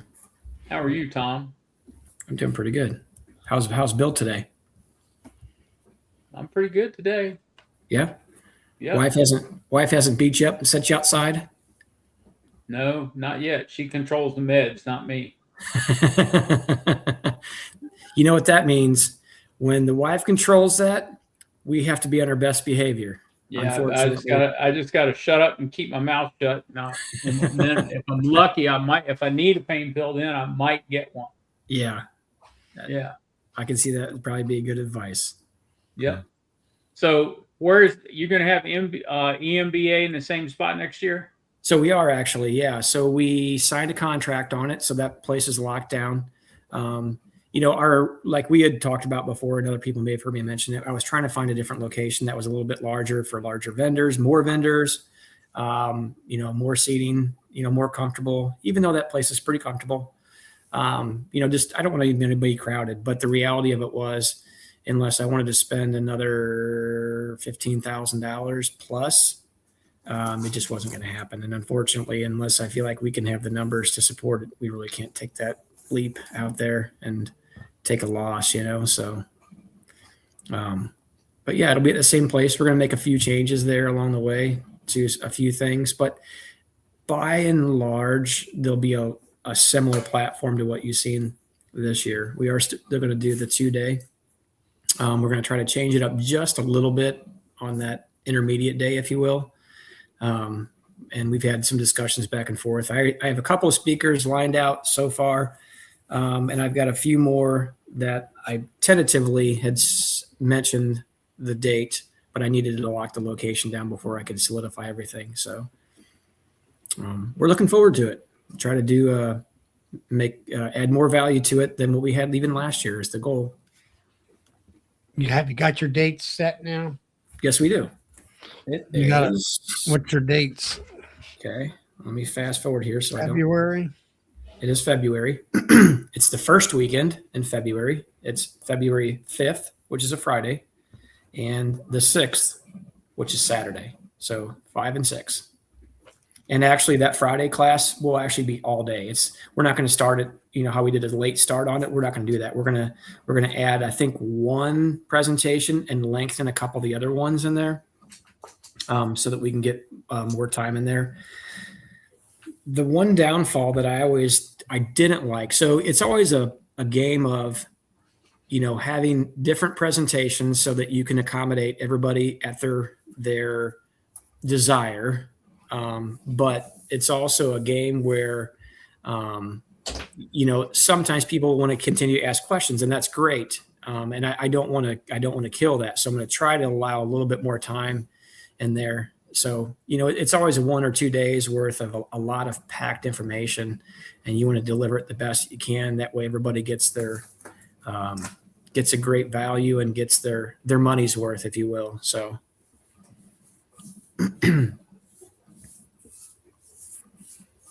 but hopefully you guys come back. What have you got like for Friday? So when will it start on Friday? Probably how many classes? So I don't know that exactly yet, Charlie. I'd have to go look back on our schedule from last year, but there should be. Okay, let me think about this. There should have been 3 separate presentations. There was myself, Brian Zavada, and Jim Masucci. Then there was the segment we had that was called Ask 3 Beekeepers, which was, we had a list of topics, and that was more run by us, if you will. We had a list of topics and we took questions, and then we all shared our different experiences, the way that we do things. And then we had one Q&A panel.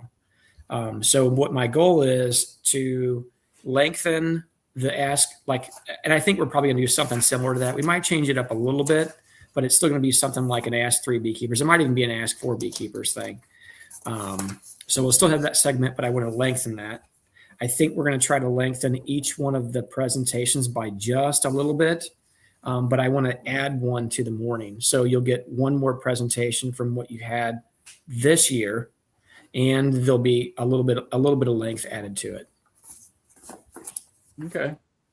So we have a couple different things that we're sending out for meal choices. They might have a couple different things that are actually served hot. And then also like some sandwiches, salads, different things like that too. So we want to try to be accommodating the best that we can to everybody's dietary restrictions, as well as, foods that they enjoy to eat. So if I commit early to a booth, do I get my choice? You probably can, yes. Good. All right. So yeah, you and I can talk.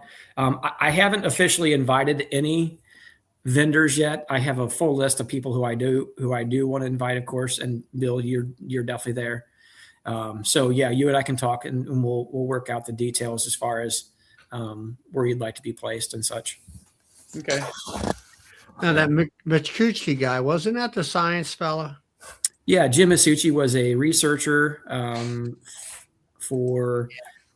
he's technically a molecular biologist, but he was he was in the research side with Monsanto, Bayer for, I think it was 15 years, if I'm not mistaken. But he did a lot of. I was just remembering what I was watching. I think I watched him and Kent Williams and I forget the first day. Didn't they have a beginner's thing and an intermediate type thing or something? So the first day, which was Friday, that was just strictly what we called an intermediate, somewhat mid-level presentations and such. The second day, it was split. We had one whole side of that wall where you had gone to the Friday night banquet dinner. It was on the left side. That whole side was just a beginner session. And it covered the very basics of everything. It's very much entry level. Everything from verbiage to basics of equipment and things of that nature. And then the experience level has a lot more of the researcher, but also practical beekeeping too. More research-based stuff and presentations.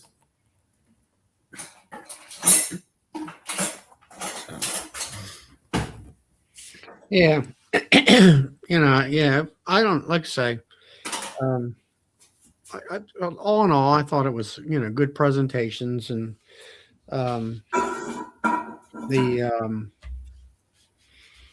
the after parties were good.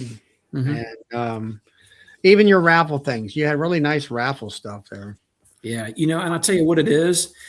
Guys like Bill, Michael Mahar with 21st B, all the vendors that we have there, they really come through. We've never tried to charge a lot for a vendor fee, so that we could get some really nice donations, and that's kind of a nice perk for people. They can potentially walk away with some really nice items, and not just a smoker or a box of frames or something like that. But some real substantial things. And I think that we got a really good group of people that vendors that go to NABI, that go to a lot of these conferences, and I'll tell you, pretty much everybody that I've ever invited to any of our conferences, they have products that I use and products that I like.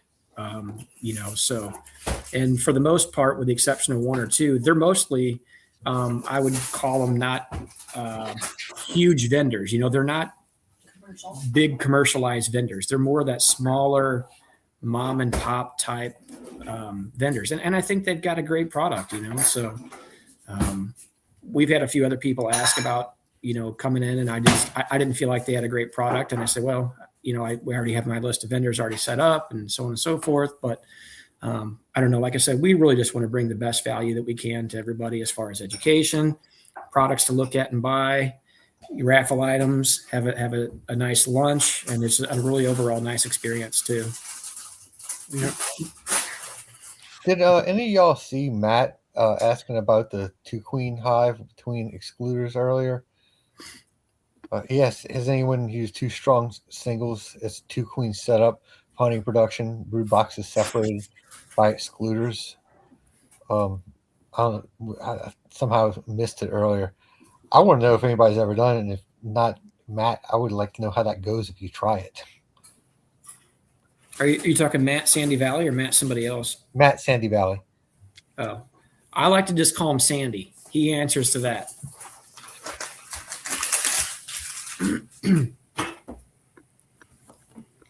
So did the young lady that won the nail hive called me the other day? Yeah. Said she's getting ready to get her bees, and she was, basically a crash course in how to use it. Okay. So I went through all of it, and she called me back the next day. She said, "Can you go through that again? I want to write it down this time." I said, Oh, "Sure." Oh, So boy. I gave her all the information. She wants to order another box or 2. And I told her if she had any issues with bees or beekeeping in general to come talk to you and Melissa. And she said, "Thank you." And I said, "And if you can't get a hold of them, give me a call. I'll be glad to help you out as much as I can." We can chat afterwards if you don't want to put her name up here, but I'm just curious to know who it is and where she got bees from and all that jazz, and where she's getting located them from at. you. Oh, she's getting them from me? Yeah. Oh, well, she might have. I don't know what her name was, and we can discuss it later. It's okay. Yeah. But she may have picked up tonight, because that's what we were doing tonight. We had I don't know, Melissa and I pulled close to 30 nukes tonight. We have people picking up tonight, tomorrow morning, Wednesday morning, Wednesday night, Thursday morning, Thursday night, Saturday morning, Saturday night, and then nothing for the rest of the weekend, and we got all next week too. How do you have time to hold a real job? I don't. I usually wake up about 1 o'clock in the afternoon. I watch a couple of episodes of like Oprah or whoever's on, whatever the soap operas are now. I watch a couple episodes of those, eat about a box of chocolates, get a little bit fat and sassy, and then I go out into the bee yard and kick the hives around just a little bit. So not really a lot.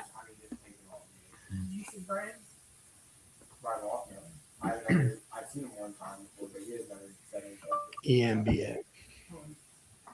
His eldest one, his ex-wife made it for him because he was really sick apparently in the hospital. Hey, so Dodd asked a question earlier in here. I'm sorry I didn't answer you. So Dodd, I think our flow is just kind of it's coming in, but it's nothing like what it was. So let me think. It shut down when we started getting that rain and all that cool weather last week. It really started to shut down, but things have kind of started to open up a little bit when we get some of these warmer days in the afternoon. because I can tell there is some wet nectar in there, but it's not like what it was earlier. But I'll tell you, it was frustrating because I actually had 2 of my new white queens and splits actually swarm out of an 8-frame box. So that was pretty frustrating. I was able to capture them, but it's, this flow, it was like nothing. And all of a sudden, as soon as I was making splits, it jumped way up, and it was just hitting hard. It was the black locust, bush honeysuckle. There's a couple other things flowing, and it was coming in gallons and plugging out brood nests after I made splits on the production colonies and such. And it was kind of a mess. And then it kind of all of a sudden shut down. Believe it or not, I actually had one more swarm in the yard today that I captured here this evening when I was pulling nukes in the yard. And I'm telling you, there was probably 7 or 8 pounds of bees. I made a short video that I was going to send to Michael Mahar, actually, because I used 1 deep 8-frame with nothing but foundations, and they were almost boiling out of that. So I didn't have another deep box at the shop. I still had some of those out in the field. So I threw a medium on it, and I didn't want the queen to lay in there. I wanted them to start building it out. So I threw all of Michael's frames in there. I had mostly medium drone comb frames, 1 4.9 and 1 5.4. So we'll go back in 7 days and check and see how well they've drawn those out. But all those acorn frames I got from you, Bill, that I had thrown in there, those bees go straight to it and push them straight out. The wax coating of those is amazing, and those bees take to it like it's drawn comb. Yep. So that's what I really like about that heavy waxed acorn foundation with that solid frame.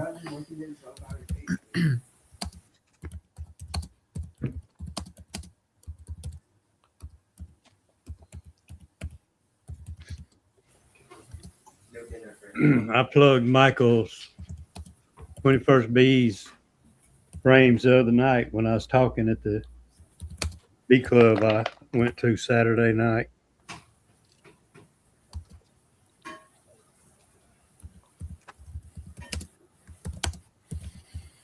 Gave us a web address out. Facebook. Yeah, I think for a minute, Joey, he was having some issues with some more.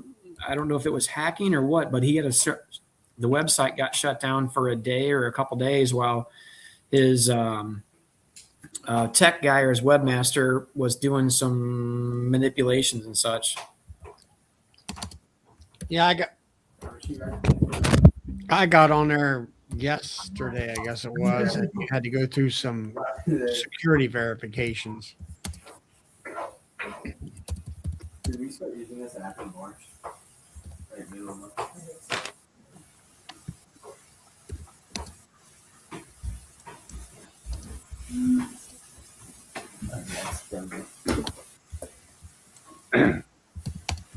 Well, Brian, it went about as well as you could expect it to. It did good. I milked it for an hour. Hey, you got through an hour with it, right? Yeah. That's what counts. I don't really worry about it. I normally don't put any drone brood up there above the cleanest rear. Norman, the minis are catastrophe this year for me. Exclusive. 3 out of 40 that I had running loose me queens, and I think I'm giving up on them. I'm just going to be doing the 3-way stuff. I don't know why it's been so terrible this year, but it's terrible.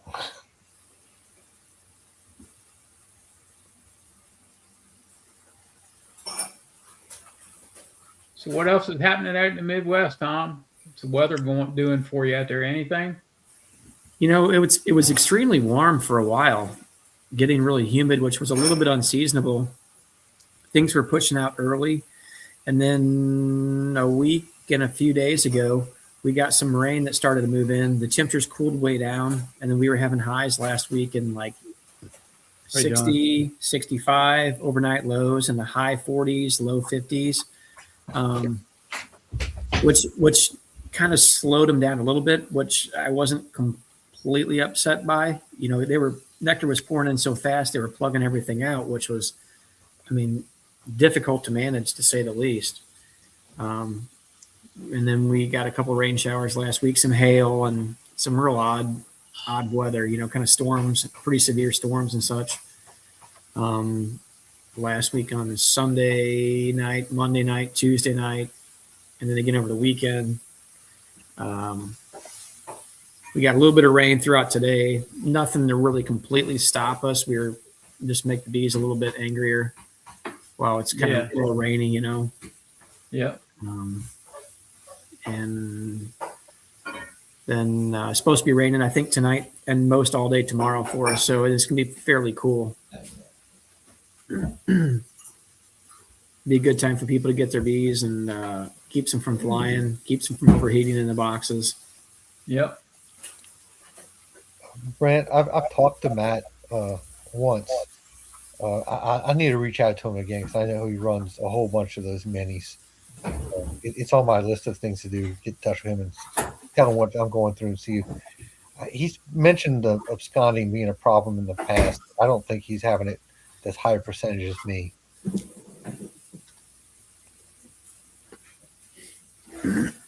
Hey, Brian, you guys are supposed to get snow tomorrow?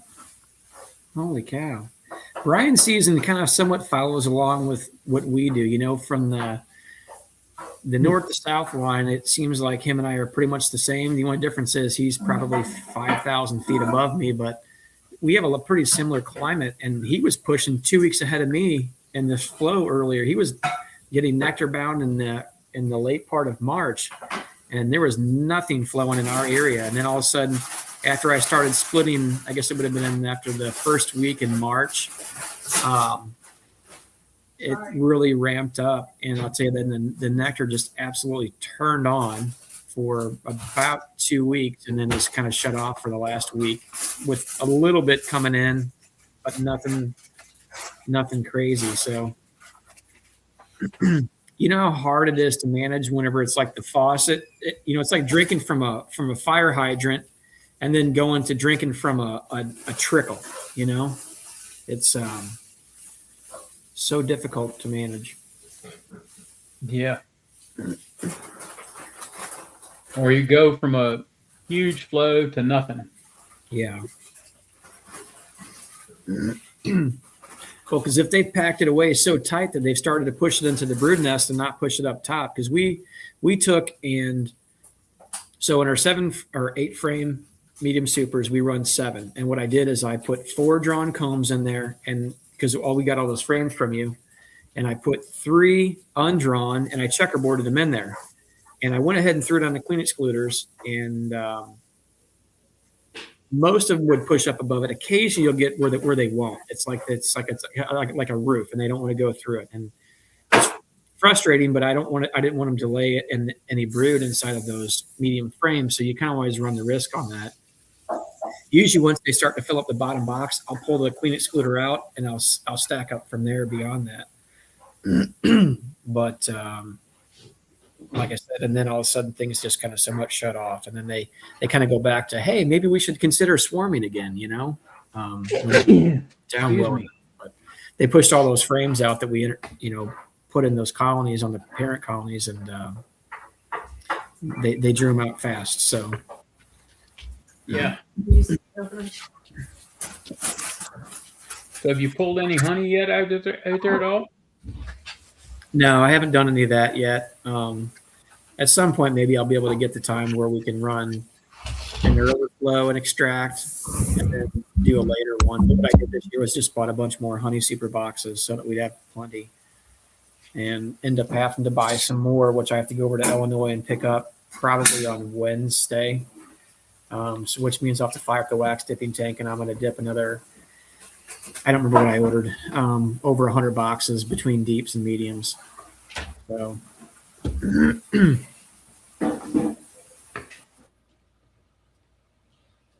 yeah, we pulled honey here already, and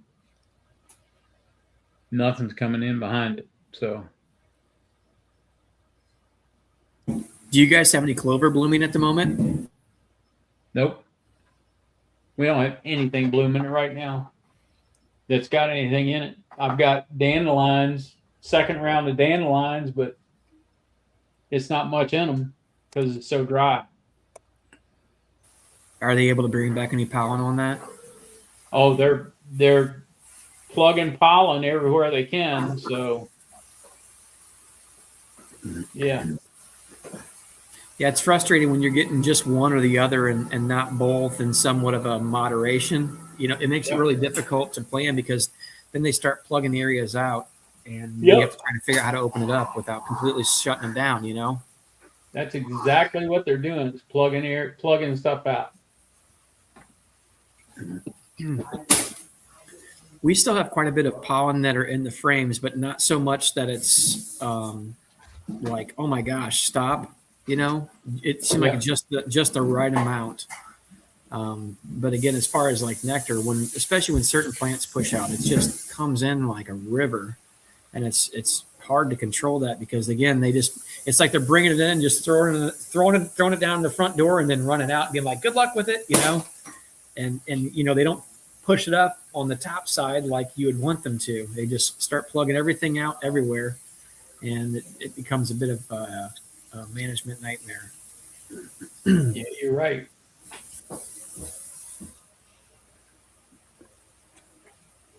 What about you, Joey? You have anything that's substantial blooming at the moment?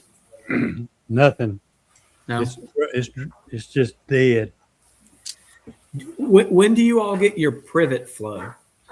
It didn't It's happen. over. It's over. What little bit of privet we had is over. I don't even think it actually produced any nectar. No. So ours is just now opening up, our privet. We As still have soon a as- little bit of bush honeysuckle that's hitting. Privet. Let's see. Multiflora rose is hitting pretty hard. Blackberry is hitting hard right now. As soon as our dewberry went out, the flow just kind of went. Yeah. Hey, Dot, are you guys getting any flow in your area? So, for reference, Dot is about an hour west and the south-ish of me.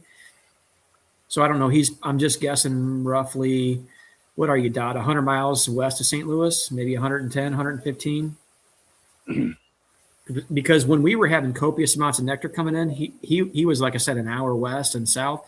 He said nothing, like bone dry. Our Which is tassel's right crazy. here on the somebody that asked about the tallow. My understanding is straight up right now. They only about that long. And Uncle they're- Junior, locust honey tastes like cotton candy. Yeah, it's very sweet and floral. Very sweet. If I could get 2 drums of that, it would be nice for me.